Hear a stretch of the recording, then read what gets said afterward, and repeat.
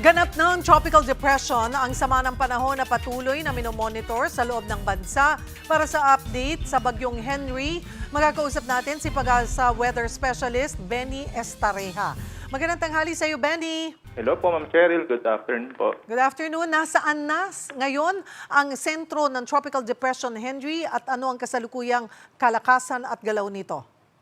Based po sa ating latest bulletin, huling namataan po si Tropical Depression Henry, 240 kilometers west-southwest of Abukay, Bataan at may taglay na hangin na 45 kilometers per hour, pagbugso na hanggang 55 kph at kumikilos po pakanluran at 25 kilometers per hour.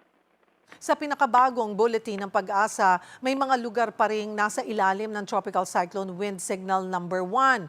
Mayroon pa ba ito or ibinaba na? Based po dun sa ating latest bulletin, tinanggal na po natin dahil hindi na nahagip ng malalakas na hangin yung mga areas po dito sa may Bataan, Zambales, and Mindoro. At bagamat papalayo na nga itong Henry sa kalupaan, patuloy pa rin itong nagpapalakas ba sa habagat? Yes, somehow po nagkakaroon ng slight enhancement dito po sa areas ng Palawan, sa may Western Visayas, Negros Island region, Zamboanga Peninsula and Bangsamoro region. Medyo mataas po yung chance ng ulan doon. And yung mismong outer bands ng bagyong Henry, nagdadala rin po ng mga pag-ulan over the rest of Mimaropa, kaya din yung Zambales, Bataan, Batangas, hanggang dito sa may areas ng Cagayan and Isabela, medyo maulan din po. May iba pa ba tayong sama ng panahon na binabantayan? For now, yung mga malalapit po ng mga cloud clusters, so far po walang indicator na itong mga kumpul ng ulap is magiging bagyo po at least hanggang matapos ang weekend. Panghuli, paalala muli, ano yung mga lugar na may pinakamataas na panganib sa pagbaha, pagguho ng lupa, or sa malalakas na pag-ulan pa rin sa mga susunod na araw?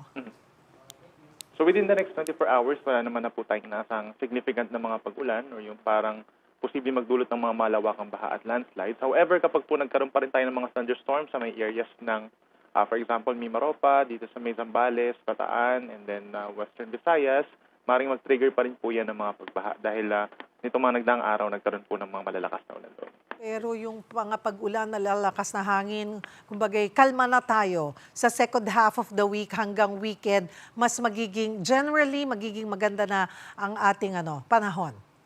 Yes po, compare nitong mga nagdaang araw, itong mga natitirang bahagi ng linggong ito, at least improving weather conditions po tayo, lalo na itong mga nasa eastern section po ng bansa, yung mga facing the Pacific Ocean.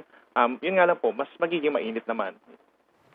Maraming salamat for the update, Pag-asa Weather Specialist Benny Estareja.